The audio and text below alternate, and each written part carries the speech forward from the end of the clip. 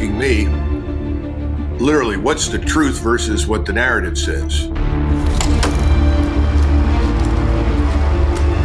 It's an inside job, for sure. Don't be foolish that all of a sudden they broke in 15 different places in the fence and nobody showed up for 8 hours. I'll be honest, I'm a little bit nervous about this one.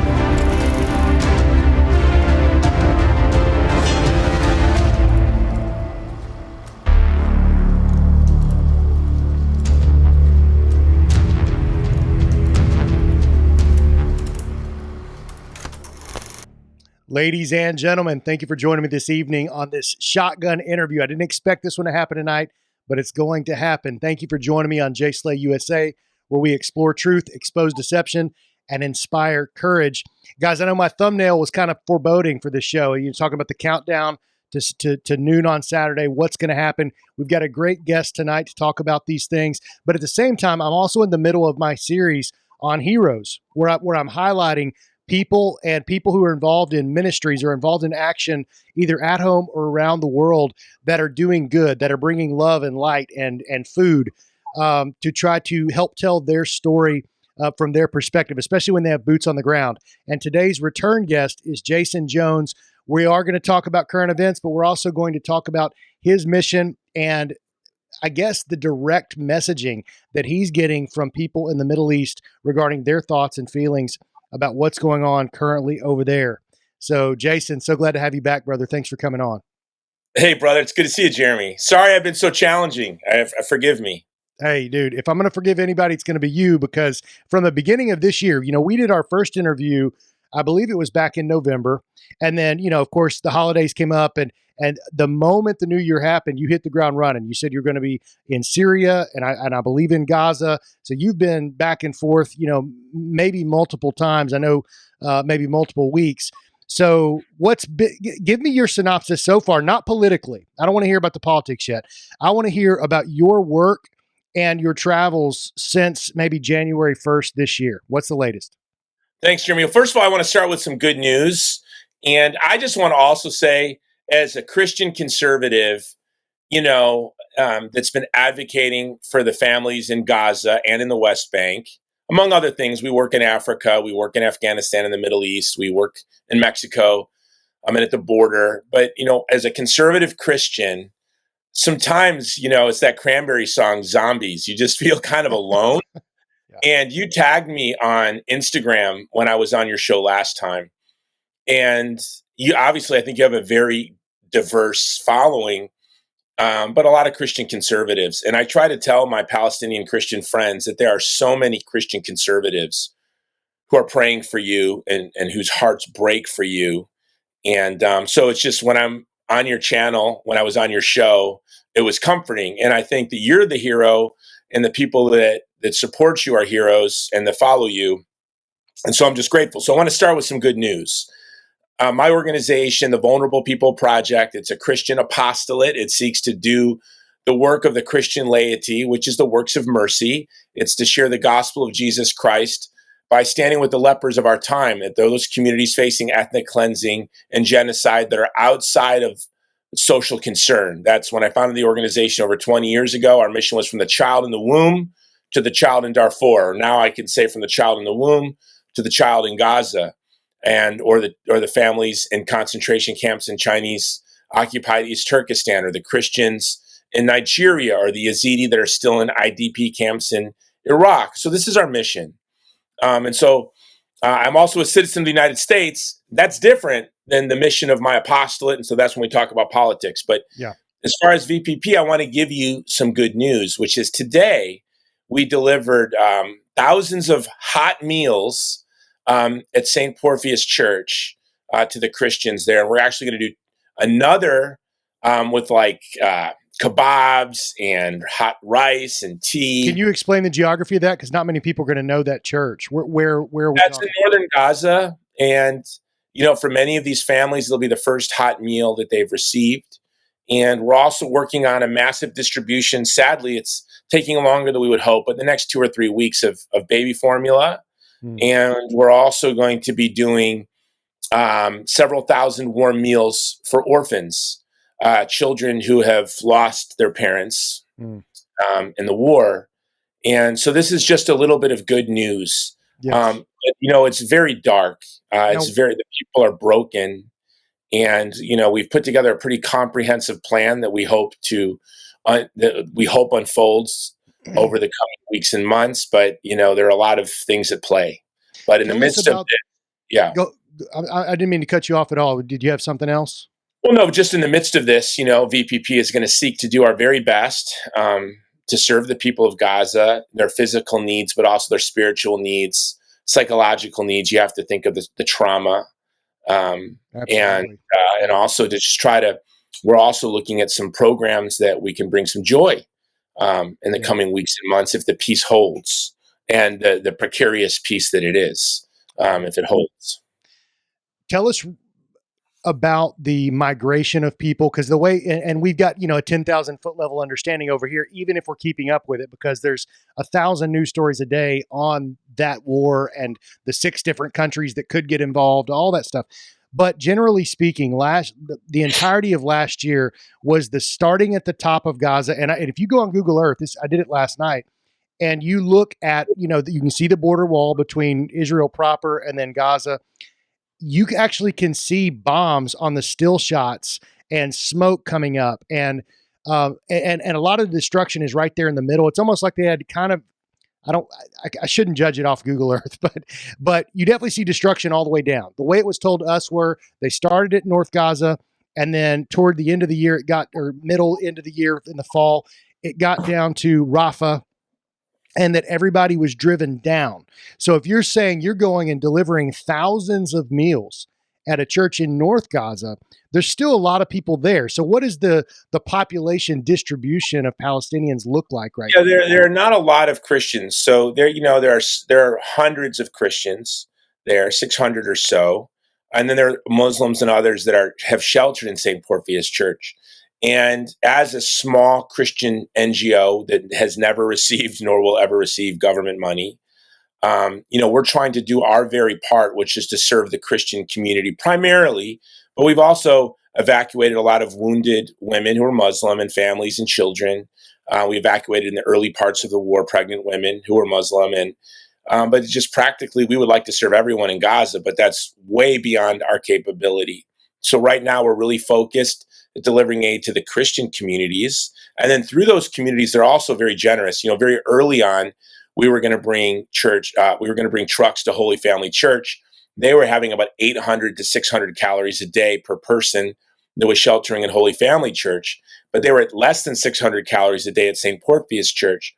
So the Catholics said, can you please, even though I'm Catholic, we're a Catholic organization, but we don't just serve Catholics, that's what we are. But this Catholic organization said to us, or the Catholic Church said, can you please deliver that food? We're getting 600 to 800 calories a day. They have less than 600 calories a day at St. Porphyria's. Can you serve it there? And then also those Christian communities, as Christians do, were sharing the food that we were delivering to them, to the most needy, to widows, to orphans, and others. Yeah. Unlike the propaganda, the Muslims and Christian Palestinian communities are really well integrated, and they're very close, and they care for each other.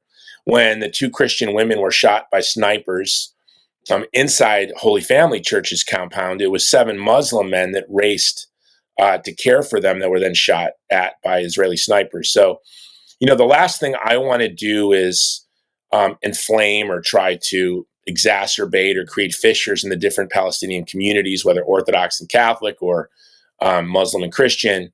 But just practically speaking, as a small organization, we've picked a community that we can deliver aid to through our connections and relationships. And those are the Christian communities. In fact, we have really a stronger relationship, even though we're a Catholic organization, with the Orthodox Church now.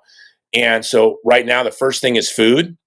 Now we're going to be moving from food to electricity. We want to do about 1,000 liters of diesel a month. This is our goal for electricity, and we want to focus on clean water. And then we want to create clean, kind of beautiful common spaces where we can have libraries and like tent schools.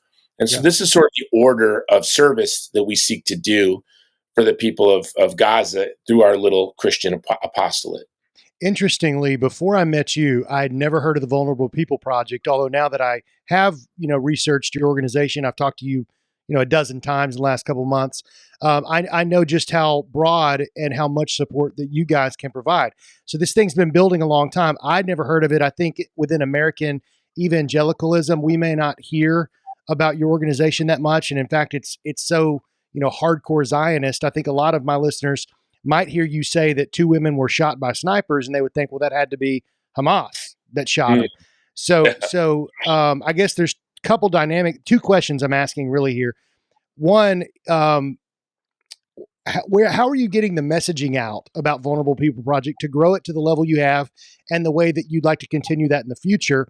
And then number two, and this will be a rehash a little bit of my last show, but speak to for a minute to Christians who live in Gaza, and they're not just being thrown off of buildings or being beheaded, because there's still a wide subset of even my audience that would hear you say Christians in Gaza, but that can't happen. Oh, yeah, well, of course, it's one of the oldest Christian communities in the world. And prior to 1948, the Christian community there was thriving. There were monasteries and convents and churches. Bethlehem in 1948 was, I believe, over 72% Christian, and in the West Bank. And I was just in Bethlehem 2 weeks ago. VPP has a jobs program there because we're aggressively trying to prevent the ethnic cleansing of Christians from Bethlehem.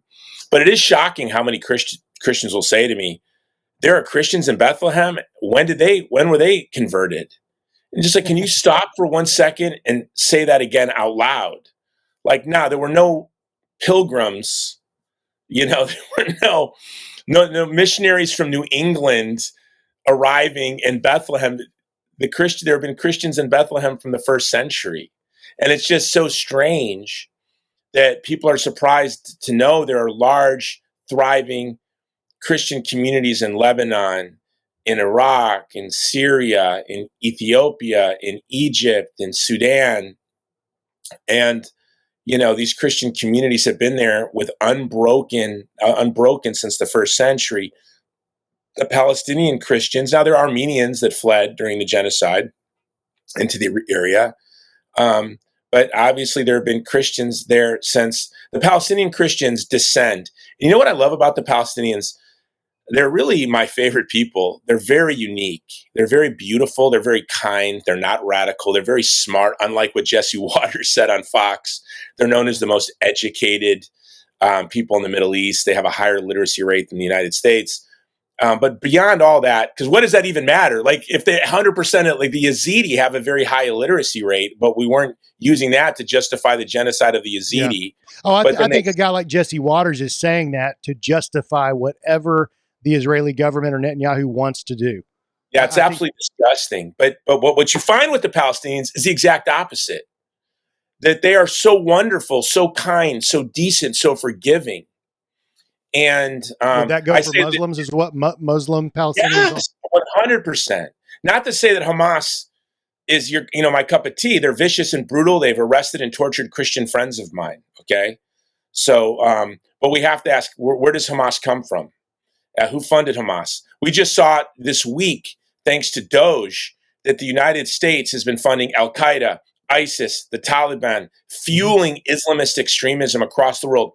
Imagine if there was a country outside of the United States that had a GDP 2,000 times our GDP, that was funding violent extremists across our country and arming them, the impact that would have on our communities. And this is what's been happening.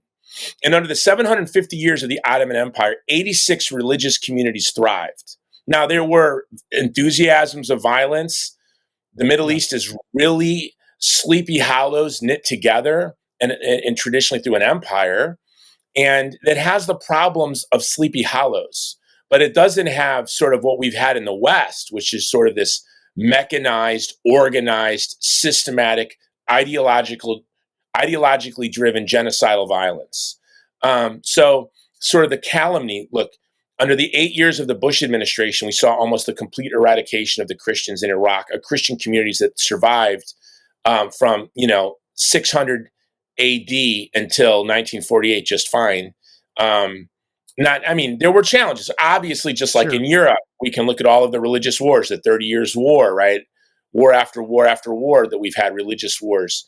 But, we don't point to our religious wars in the 16th century to justify our politics towards Europe today. But why do we look towards enthusiasms of violence in the 16th century somewhere in the Middle East to justify our indifference to cruelty in the region today? But I was going to say this about the Palestinians. Our Christian theology tells us that grace builds upon our nature. And as someone who was an atheist for most of his life, never knew how to blush, never knew shame, never thought I would ever know. As C.S. Lewis said, men without chests. I was a man without a chest. I was a man who could not blush. But I could feel in the 2 decades I've been a Christian, grace has been working on my nature. And now I can feel shame and embarrassment when I sin. But grace builds upon our nature. When you look at the Palestinian Christian community specifically, I'm like, wow, this is what it looks like when 2,000 years of grace working on the nature of families. They've been Christian for 2,000 years. Wow. That's incredible. And they're a beautiful community. Yeah. And the calumny and the detraction that thrives in the Christian community and the Anglosphere, specifically in the English-speaking world, is absolutely reprehensible. Yeah. And I sometimes really think, and I look at my own motives on why I'm willing to set my organization on fire, my career on fire, my reputation on fire for the Palestinians. It's not so much for the Palestinians. It's because I am embarrassed for us as a people. Yeah. I'm embarrassed for us as a community. And I am trying to, in some way, maybe make reparations for our communal shame. It's really embarrassing. Well, one of the things that I've really appreciated about you, and I think anybody that reads your writings they will see this if they read more than 2 articles probably, is the way you try to, you're talking about our biggest leaders, whether that be Donald Trump or different appointees, and you're talking about these issues in the Middle East, and you're always trying to fish out of them something better than maybe they really are, or maybe sometimes you're just accurately pointing, hey, here's a good move they did. But you've even told me, not off the record, but off camera, you said, I hope these people read this because it could raise their bar. It could change their direction. Dale Carnegie said, give people a good reputation to live up to. Sun Tzu said, make sure you give your adversary an escape route you want them to take. Yes. So I tried to do that. So that's going to lead into some of the more maybe current event conversation. Because on the one hand, okay, I can see you doing that I've read some of the recent articles about Trump and, hey, maybe he's thinking this, and here's a way that he's really going to, be able to snatch victory out of defeat through this maybe crazy move, whatever. On the other hand, I look at who he appointed as the ambassador to Israel, Mike Huckabee, who, before I learned more about Zionism and learned more about all those things, I would have been right in line with him. But I found, videos of him saying, there really isn't such thing as a Palestinian. And this is a man that is venerated among Christian communities. I put it on my Instagram today. He said, there's no such thing as a Palestinian. I'll never use the words West Bank or Gaza. It's Judea and Samaria. And ultimately, this is God's land, which is Israel's land. And if Palestine needs a state, it needs to be outside of Israel. So I look at it not as eternally optimistic, maybe as you, in the sense of, I already think Trump has been told, here's what you're going to do over there, and here's $100 million to do it. And then he appoints people like Huckabee, who says there is no such thing as a Palestinian. And then, on down the line, he keeps making these moves that, he's saying now, let's move 500,000 Palestinians to Jordan or Egypt or whatever. And if all the hostages aren't released by Saturday, let all hell break loose. So I'm not trying to poo-poo on your work at all, because I really appreciate it. But I also, from a realist sense, it's like he's doing all these things that I would expect him to do if he just wanted to get rid of the Palestinians and give Jared Kushner his beachfront property in Gaza.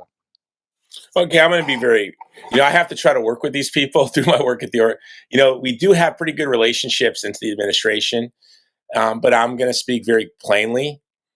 Thank you. Yeah. Let's address 5 people. So Mike Huckabee, Pete Hegseth, Huckabee, Marco Rubio, Trump, and Tulsi Gabbard. Okay. So I think we have 5 very distinct people coming from different places. And I'll start with Marco Rubio. And he's someone I know. I've known him for a very long time. And I hope I'm wrong, I think he's really just driven by ambition.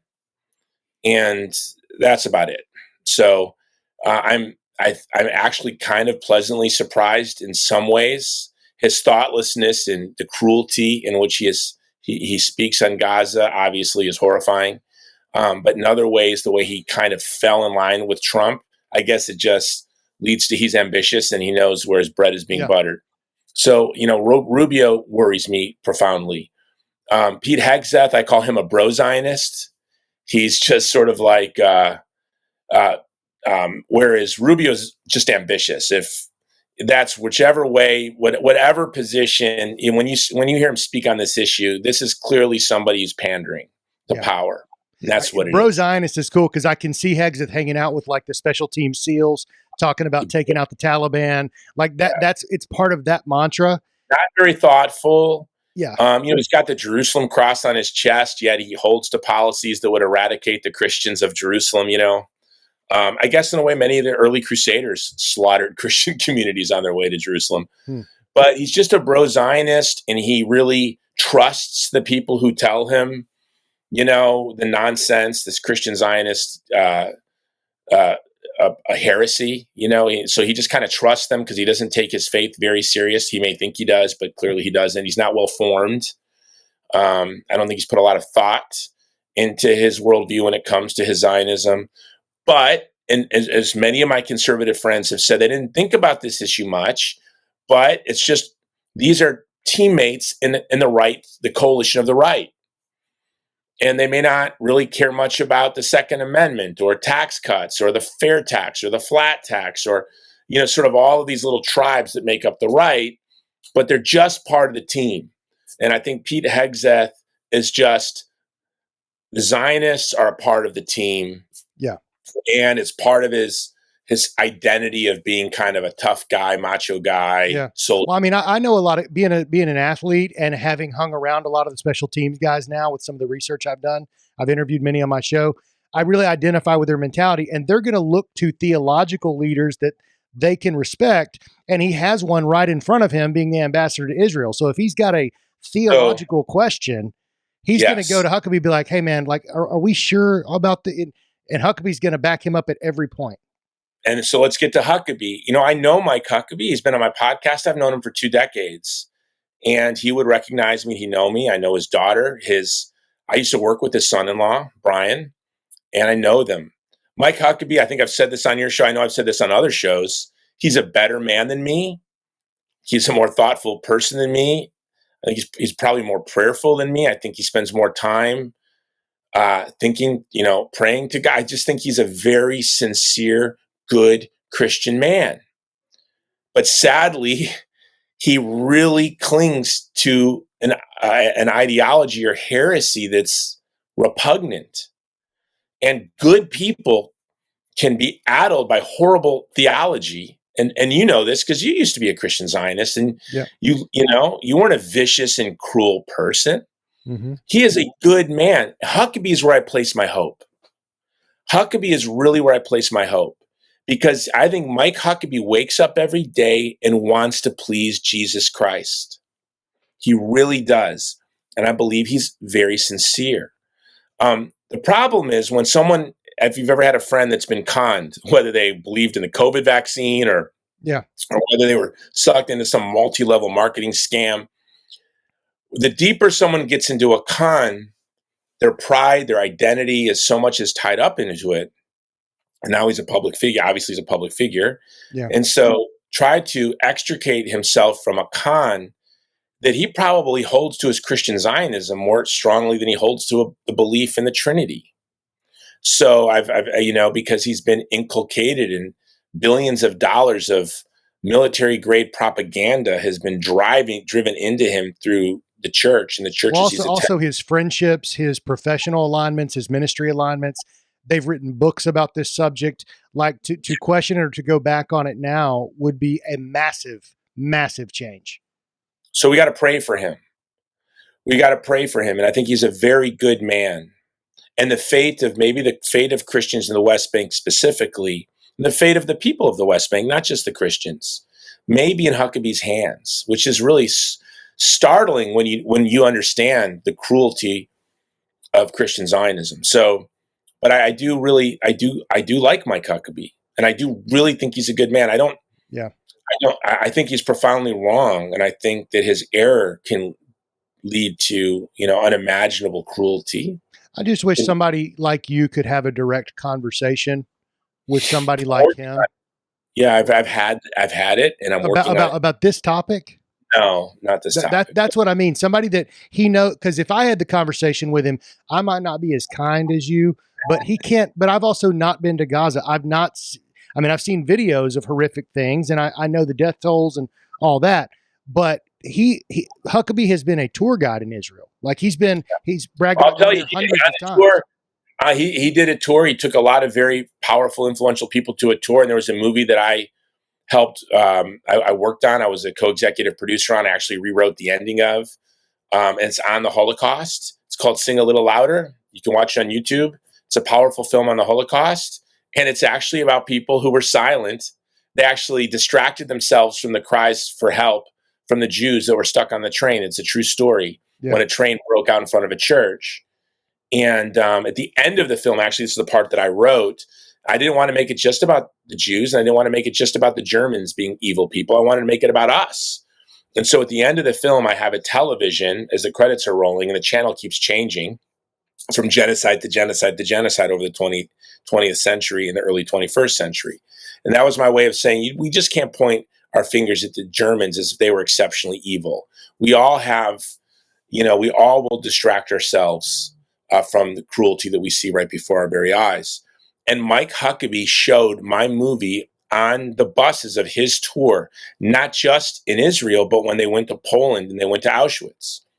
This film that I was on, I actually, through some of my friends, they facilitated that. And so I really do, I am praying, and I probably will hopefully get in front of Mike Huckabee. And my goal is not just to put me and myself in front of Mike Huckabee, but to put Christian Palestinians in front of Mike Huckabee so they can share their own stories. And look, I am a really hot-tempered person. People who know me, I'm always in real trouble. I'm always getting in trouble. My temper is always getting me in trouble. But when it comes to this issue, the British military had a saying, which is, the discipline of the army is the rage of the nation. And what I say to myself all the time when my temper is getting the best of me, maybe the only time I can rein my emotions in is in the service of the vulnerable. And what I remind I kind of took this British saying and I changed it. I said, the charity of the Christian is the love of God. The charity of the Christian is the love of God. Mm. So because of my concern for the people of Gaza, I really have to sometimes, I was just talking to my assistant about this, that, just acting out in the media or expressing anger publicly, sure. If it doesn't serve the communities that we're advocating for, I shouldn't do it. Yeah, I'm not going to virtue signal. We had the discipline of the Christian is the love of God, and so look, would I like to get in some of these people's faces and rant and scream at them and point my finger at them? I would, but and then that's where I want to get to Trump. So I got Trump and Tulsi Gabbard left. So Trump. Now this was from a highly placed source in the Middle East today, who is Palestinian. He's a very connected guy. And I wrote an article on Trump's plan in Gaza where I said... How long ago, Jason? How long ago was... A week ago, less than a week ago. Okay, yeah, recent. This was the article where I suggested, it was called Gaza, the Art of the Deal, where I said that I truly believe, and so this is what my Palestinian friend said today, that he has on good authority from his friends in the Middle East. He's connected in Jordan. He's connected in Saudi Arabia. He's connected in Israel. He's very connected, Palestinian guy. And he said, he's a journalist. He said, Jason, you're right. You're right about Trump. I have it on very good authority. His whole plan in Gaza is to protect the Palestinians from Israel, but he can't take the Israeli lobby head on. And so this is his goal. And this is a Palestinian guy who is really pro-Palestinian, very pro-Palestinian. Like if you look at his Twitter, This guy, my producer, wouldn't let me have him on my podcast because of things he's tweeted and said. So, but he's very connected. And so what I believe with Trump is this is a man who is repulsed by Netanyahu and what they've done. And and we'll know soon. We'll know like in the next week if I'm right or wrong. But we got the ceasefire. And I want to get to what Trump's rhetoric is doing on the ground to the people in Gaza. And it's been devastating. It's been really emotionally devastating. And I want to get to that. So that's very serious. Well, and it appears on its surface that it's making Netanyahu very happy. Yeah, but it's not. Oh my God, it is not. Like, and you can see his face when Trump first lays this all out. Netanyahu looks like a man possessed. And I have it on good authority that nor Susie Wiles, nor Netanyahu, nor anyone heard that plan before Trump just said it. And so I hope I'm right, and maybe this is wishful thinking.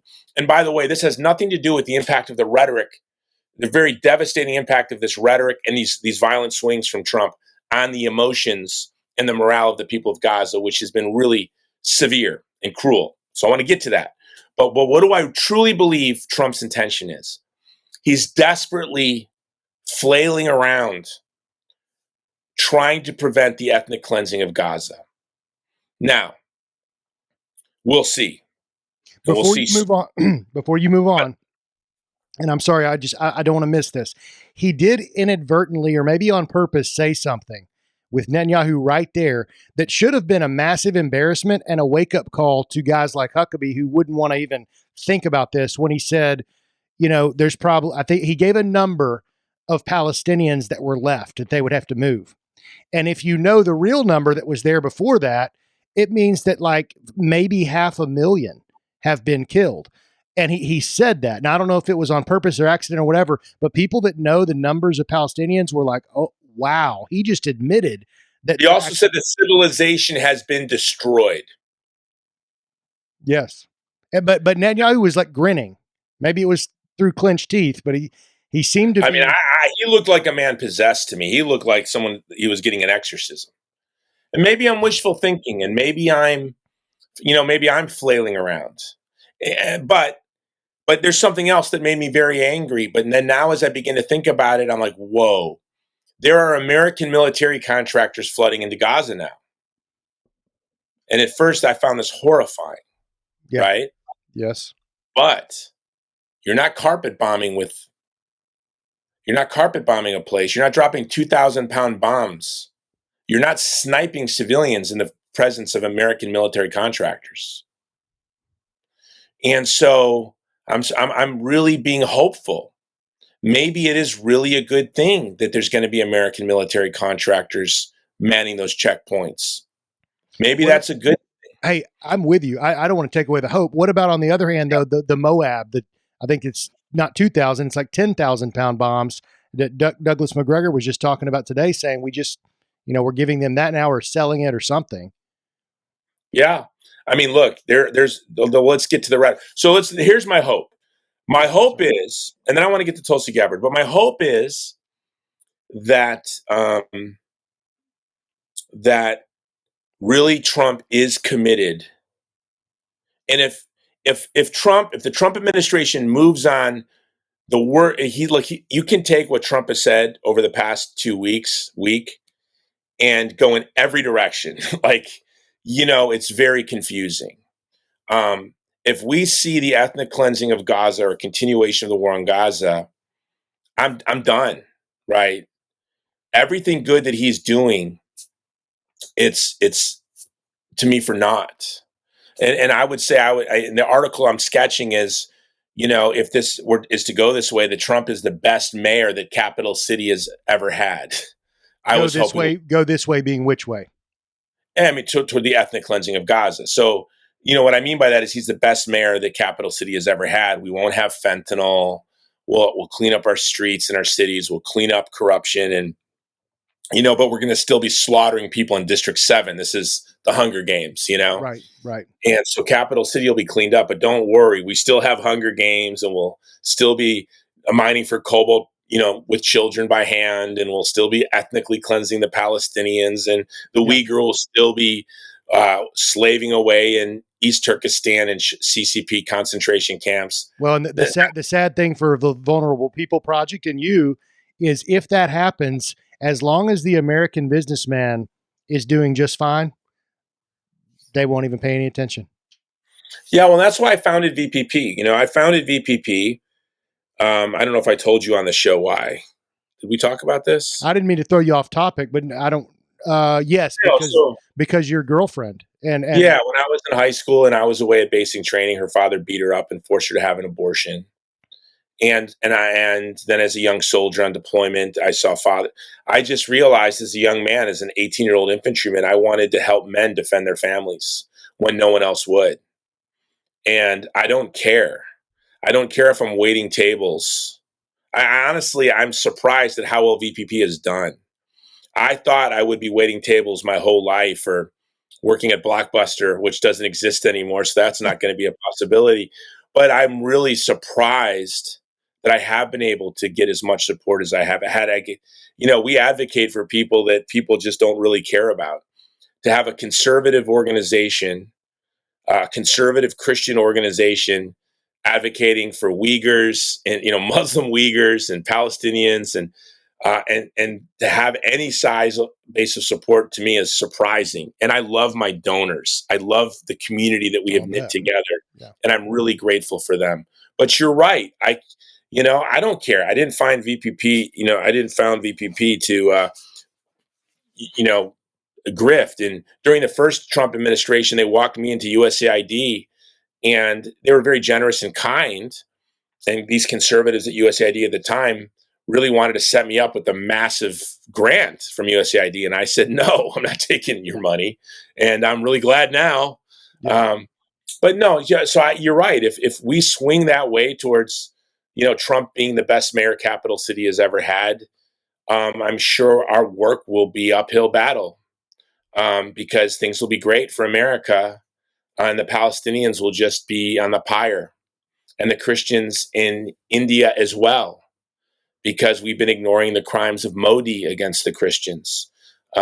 Nigeria has fallen apart, and we're not paying much attention to that. And we'll probably turn a blind eye on the viciousness of China to the church. There's 12 Catholic bishops that have just been vanished by the CCP, and tens of thousands of Christian lay people just vanished. And there's the silence. So, but I want to say this about Trump. I really believe that Trump is 100% committed to prevent the ethnic cleansing of Gaza.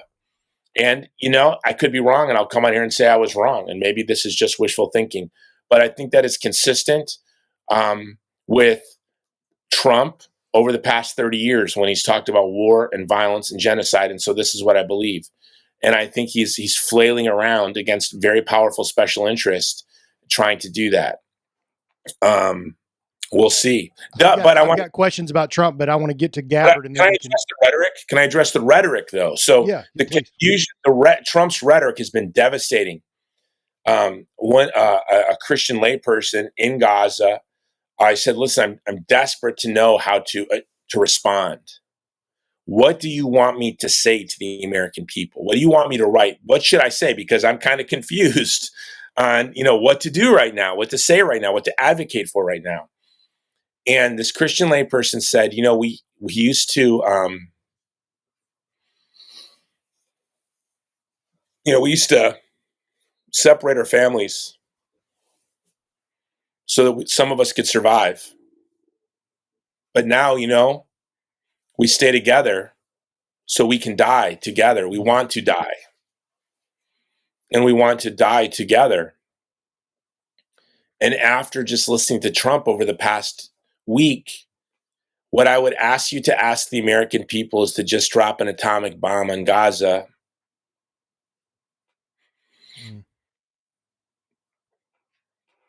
To put us out of our misery, because we can't take it anymore.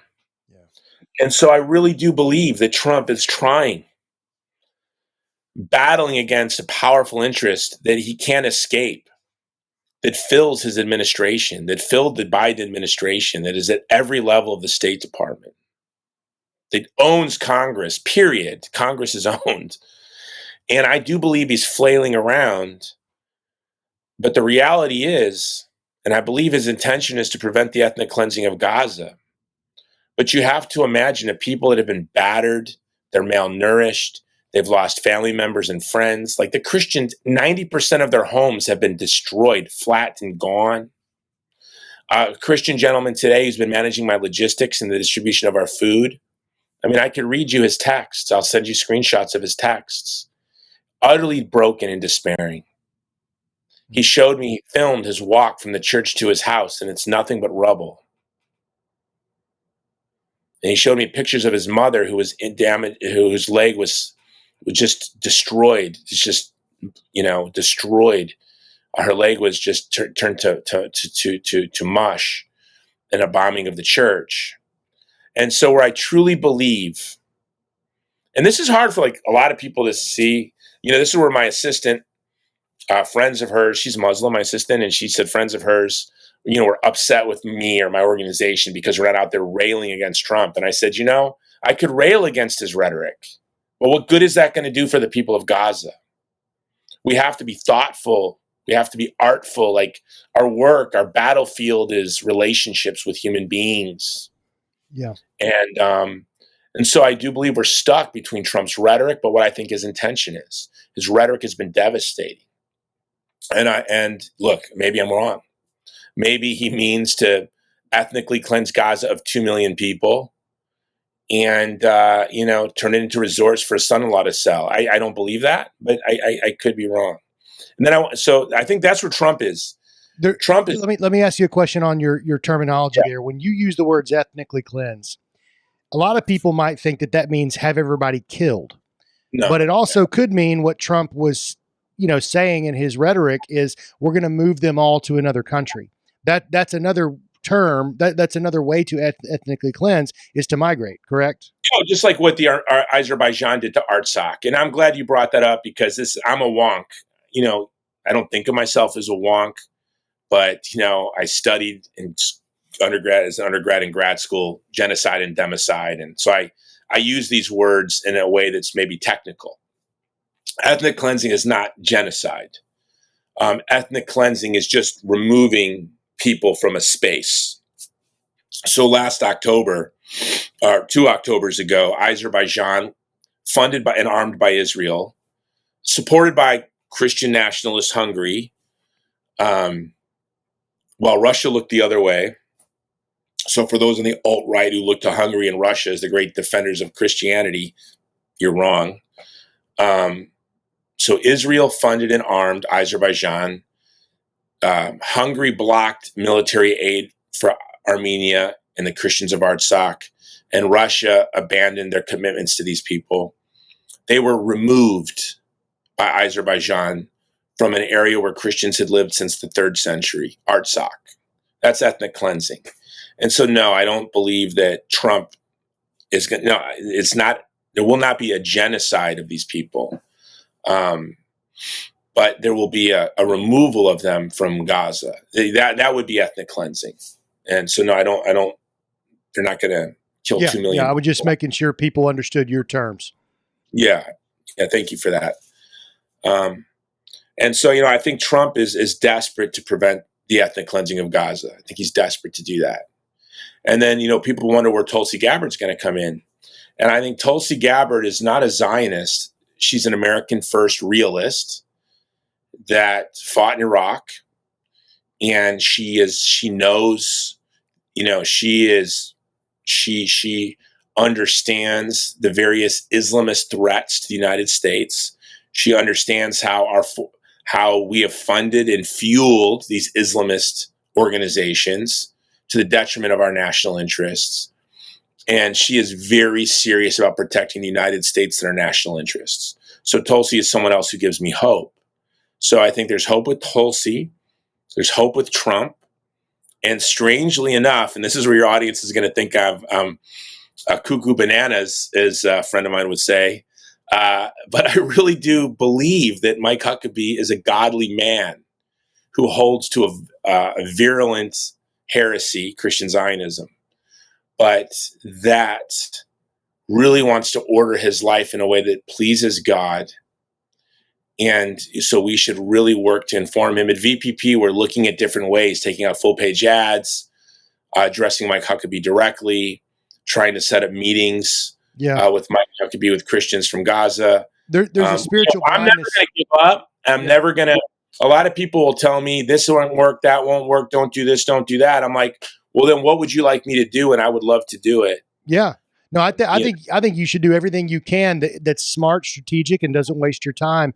The good news is it's not just me and you. Obviously, there's a lot of right-wing Christians, right-wing Catholics, conservatives that are waking up on this issue. But it's almost like the political class, from Huckabee to Marsha Blackburn here in Tennessee to Donald Trump. It's like they have to pretend that Candace Owens isn't saying what she's saying and interviewing people about the USS Liberty, or I'm not interviewing you on my show talking about and if they have to address it, they'll say, well, that's anti-Semitism, and they'll turn away real fast. So it's like this, they just, but they're getting ratioed. You probably saw the recent video of Charlie Kirk, where he was asked a question about the USS Liberty or something. And he just mocked this kid. And look, Charlie is a friend of mine. He called it a conspiracy theory, and we won't have that at our program. And here's what's very sad for me. Charlie Kirk knows that. He knows he was lying.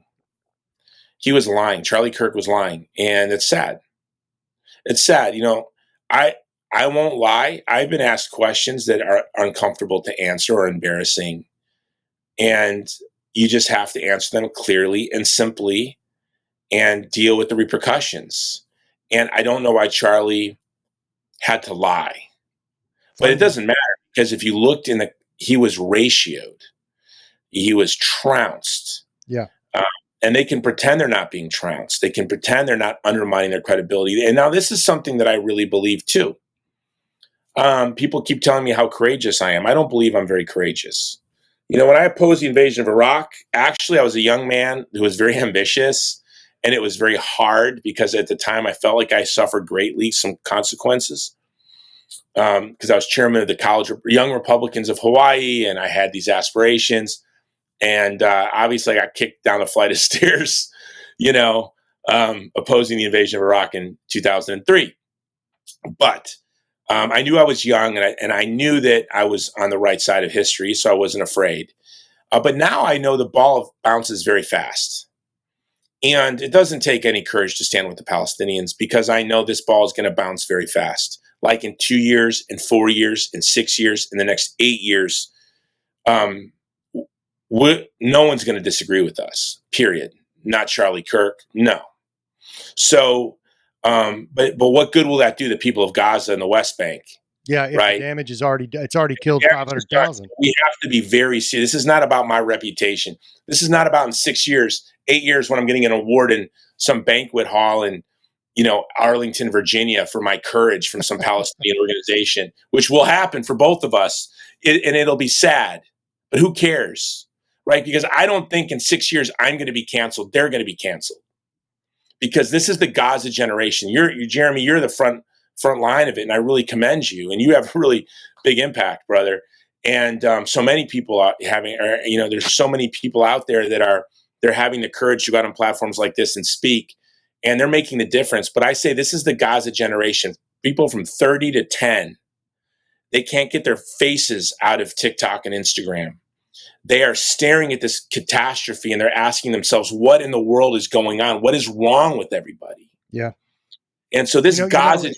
One of the what do you call this? One of the really negative things that's happened among young Christians is they've been growing in their faith in Jesus. They've been becoming stronger Christians. This issue alone, they see it so clearly, and they're not hooked on this Zionist, Christian Zionism, but they see their Christian leaders who are hooked on it and who won't look at the things we're talking about. And I've seen many at this point very seriously question the Bible's validity, whether their Christian faith is even a real thing, because they can't deny what their own eyes and ears are telling them. But yet their own leader, who they're supposed to respect, is denying it every single day. And they don't know what to do with that. Yeah. And it's also, as a Catholic, I would say, listen, this heresy is younger than the United States of America. Yeah. True. It's younger than probably 20 US states. So what I would say is, don't let this undermine your faith. Look to the Christian faith of the Christians in Lebanon. Look to the Christian faith of those in Gaza and Bethlehem. And this is representative of what Christians have believed for 2,000 years, not this strange ideology that really only lives in the Anglosphere. So it should in no way undermine your faith at all. In fact, the gospel of Jesus Christ is the only reason I would be advocating for the Palestinian people.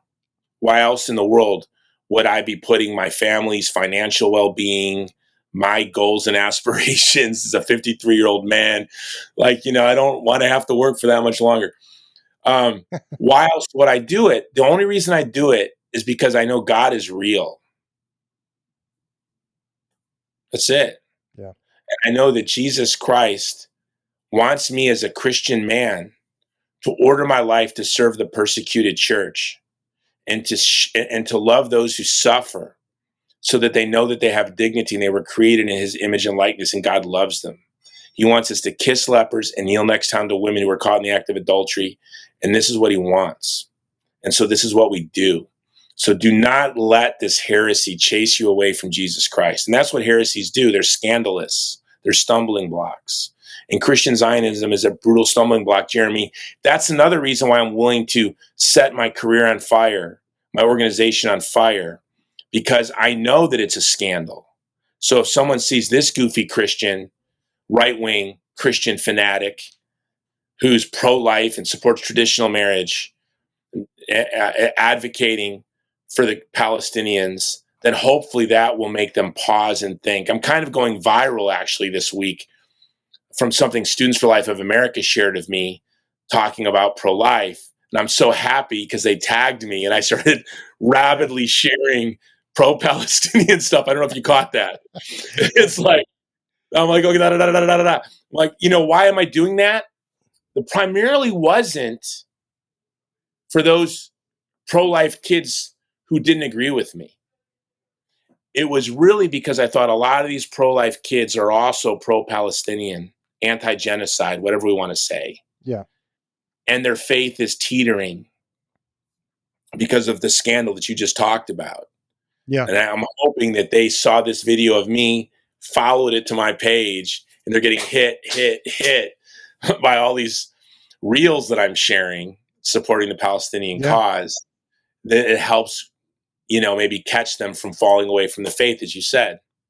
Yes, that's very good. Well, I'll let you continue because you were talking about Tulsi Gabbard and I kind of interrupted you there. Yeah. So this is Trump's team. I think she's a realist. She's, ruthlessly, people think of her as anti-war or a pacifist. She's not. She's a war fighter. She is a field grade officer. She served for 20 years. She's really committed to the threat of Islamist extremism. And who are the first victim of Islamism? Are Muslims. Who are the first victims of Zionism? This is something I've really come to understand serving. My organization guards synagogues in Africa. We have security cameras that we've installed. We hire security guards. We mostly guard churches, but there have been some places where African Jews are being targeted by Boko Haram, and we provide the security, right? So this is something I care very much about, but something I've really noticed in my work in the Middle East is Zionism has been brutally ethnically cleansing the Jewish community, because the Jewish community in the Middle East is really diverse. When you have Jews from Yemen or Jews from Iran or Jews from Iraq, or Jews from Jerusalem, they're culturally very distinct than like Benjamin Netanyahu's family, And so it's really a great loss. It is really a great loss to see how Zionism is homogenizing the Jewish community in Israel. And the one thing that I hope is, as people are waking up to the threat that Zionism poses to the Christians and Muslims of the region, that has also really been brutally homogenizing to the Jewish community that lived across the Middle East. And I would like to see like a reemergence, a reflowering of these various Jewish communities that have been homogenized by this, again, Western ideology that is Zionism. It's not indigenous to the land. It's not indigenous to Judaism. It's an alien ideology that came out of the 19th century in Europe, where so many disgusting and virulent Western ideologies were birthed that ravaged the world. Yeah. Based on my research, I think you're 90% correct. I do think there's some older Talmudic rabbis that were discussing it, talking about it, return to the homeland, but it was not a widespread ideology back in the 1900s or anything like that. Let's talk nuts and bolts for a minute. I've got 10 minutes, then I've got to go. So this Saturday at noon, Trump said his words were, if all the hostages are not released, Israel should let all hell break loose. All bets are off. Before you tell me kind of what you think might happen there, the ceasefire itself, right? Most of Western media is going to say, well, Hamas broke the ceasefire. But what I've read from some alternative media, and even Douglas McGregor in 2 of his interviews today, said even Israeli media is saying that we broke the ceasefire. So Israel broke the ceasefire. There's no doubt about that. What can you give me an example? Because there's If Americans Knew is a website. They said 120 Palestinians have been killed since the ceasefire in war conditions. So not dead accidentally, but dead due to gunfire or bombs or whatever. How have you heard? And maybe you don't know. Maybe I'm asking you too technical of a question. Yeah, I'm not prepared to list the dates and times and places. Sure. But I've seen various news reports, even in the Israeli press, of military engagement since the quote unquote ceasefire. I don't know if I'm going to publish it. I was told not to. I have it. It's ready to go, where I'm calling on Hamas to release all the hostages immediately. Someone said, don't talk to Hamas. A Christian Palestinian said, don't legitimize Hamas. Don't ask them anything. But I really do believe Hamas should just immediately release all the hostages, because you and I know that Israel is 100% committed to ethnically cleansing Gaza and annexing the West Bank. And it doesn't matter if Hamas got up and single file marched into an Israeli prison, the campaign would continue. Yeah. And so I think it's just very important that if and look, I'm not here to condemn anyone. When I look at a member of Hamas, or if I look at a settler in the West Bank, people are born into a place, they're born into a time, they are born into families and communities, they are indoctrinated through education and through the media that they consume in their communities, and living in that place in that time, being indoctrinated by the ideologies of their community. They are trying to be good and decent people. And so, Hamas doesn't wake up every day and say, we're evil, we're villains, we want to cause harm in this world. No, they're trying to advocate for the people of Gaza. And I think the best way they can do this is take the fall and, surrender and release the hostages. And so the world can see once and for all that Israel is 100% committed to ethnically cleansing Gaza and annexing the West Bank. And it doesn't matter what Hamas does. I believe that. You believe that. Most of the people that are following this channel believe that. I think that would be a disastrous ball in your court move for the Likud party and the Mossad, where they oh, well, what do we do now?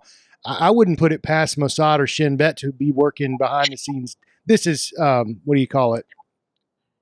I don't know this, but I wouldn't put it past them to actually be talking to members of Hamas behind the scenes, saying, we can make you very wealthy and keep you very safe. If you Palestinians believe this. Many, many Palestinians believe this. 100%. Really? Yeah. Okay. 100%. I've never heard that before. Interesting.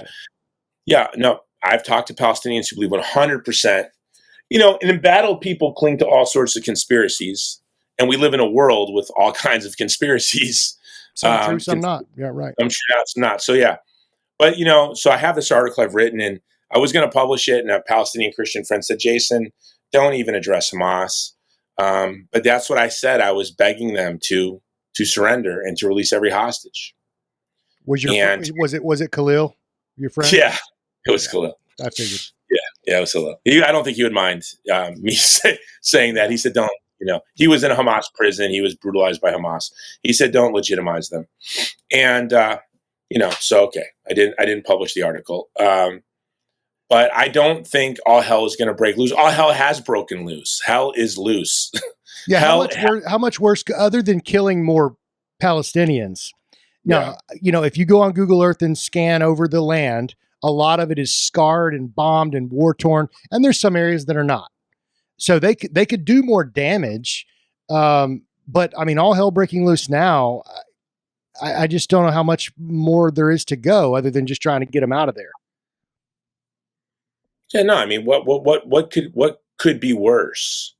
I guess what could be worse is the president of the United States of America giving Israel permission to do what they've been doing all along, with our consent, because we've armed them.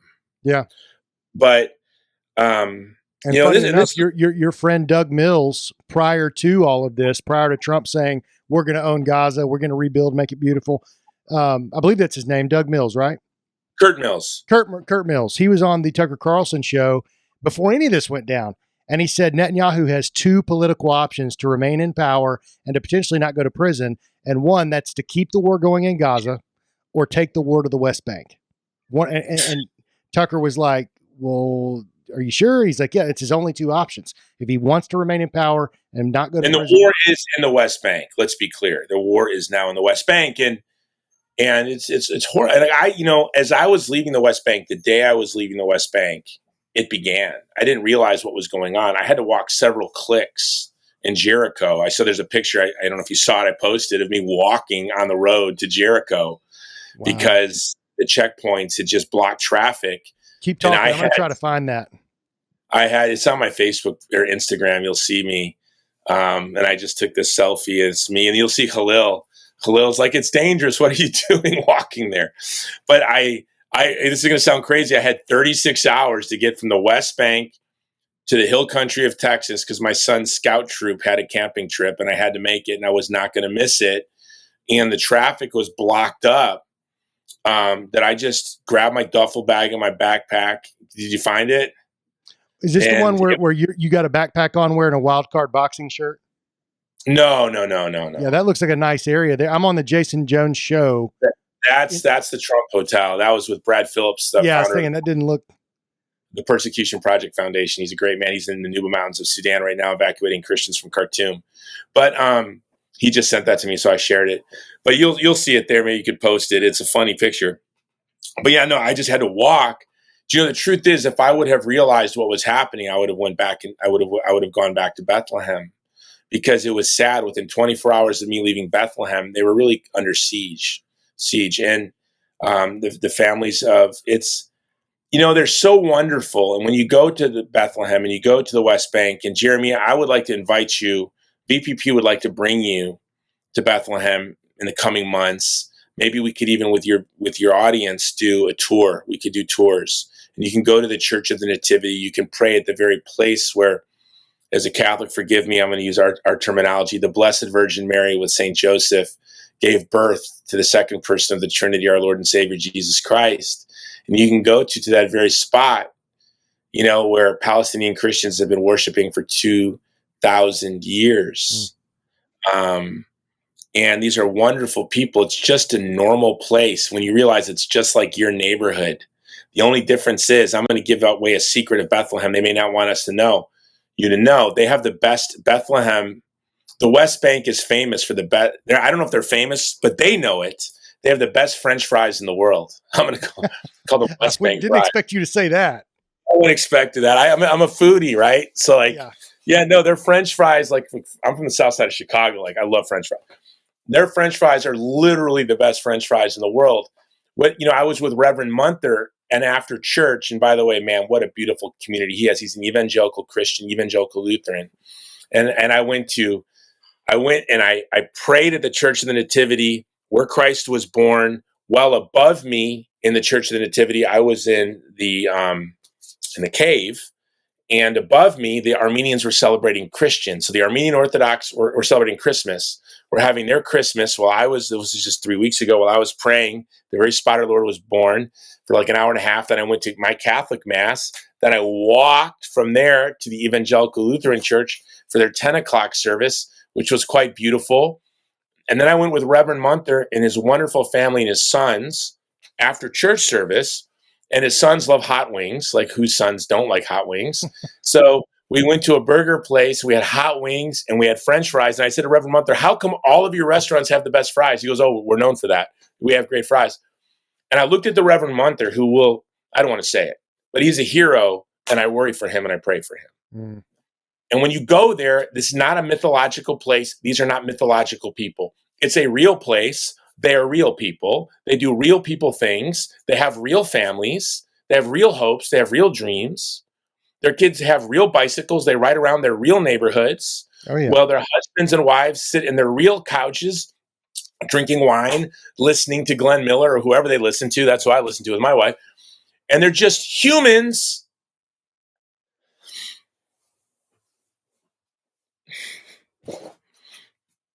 You know, and I want to bring you and I want to bring your audience because evangelical Christians in America, I said Mike Huckabee is in a pole position. No.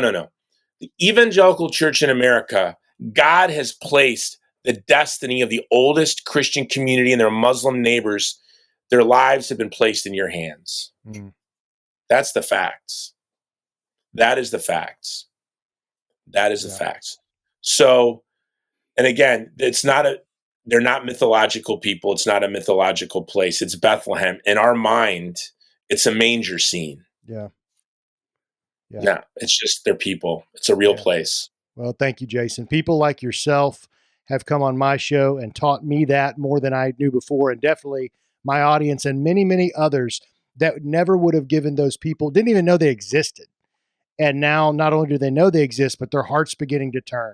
And, just like you said, within 8 years, this entire conversation is going to be changed across America. We see it happening, but we need guys like you, hopefully guys like me, at the forefront of providing that information so it doesn't turn into something else that's evil, because there's danger the other way too.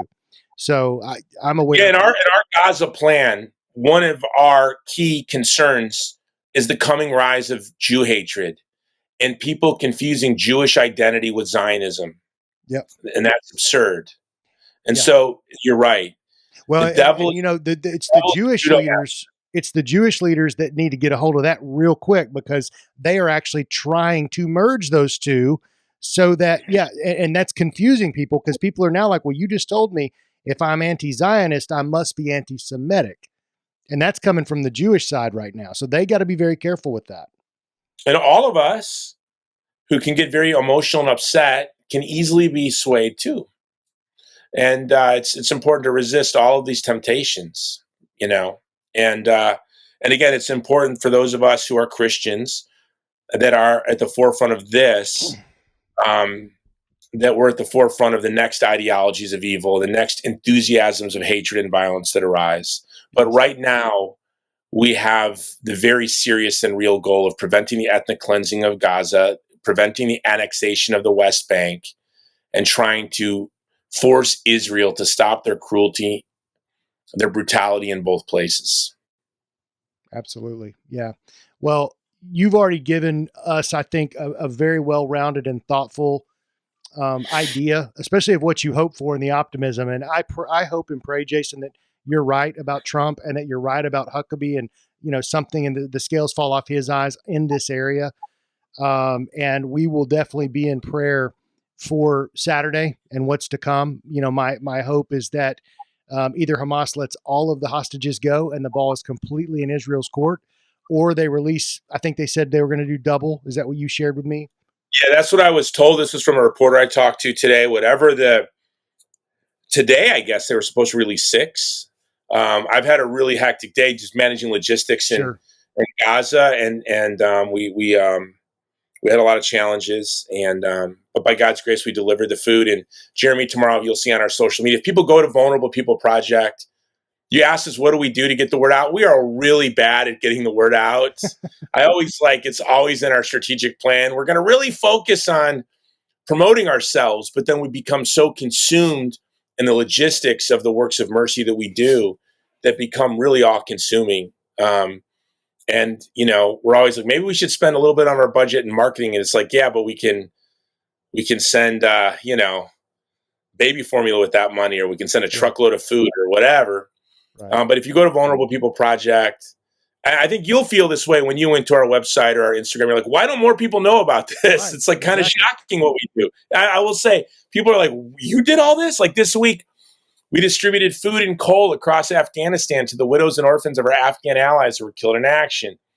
Meanwhile, we're providing thousands of hot meals in Gaza. This is just this week. But you'll see tomorrow, you'll be able to see our food distribution in Gaza.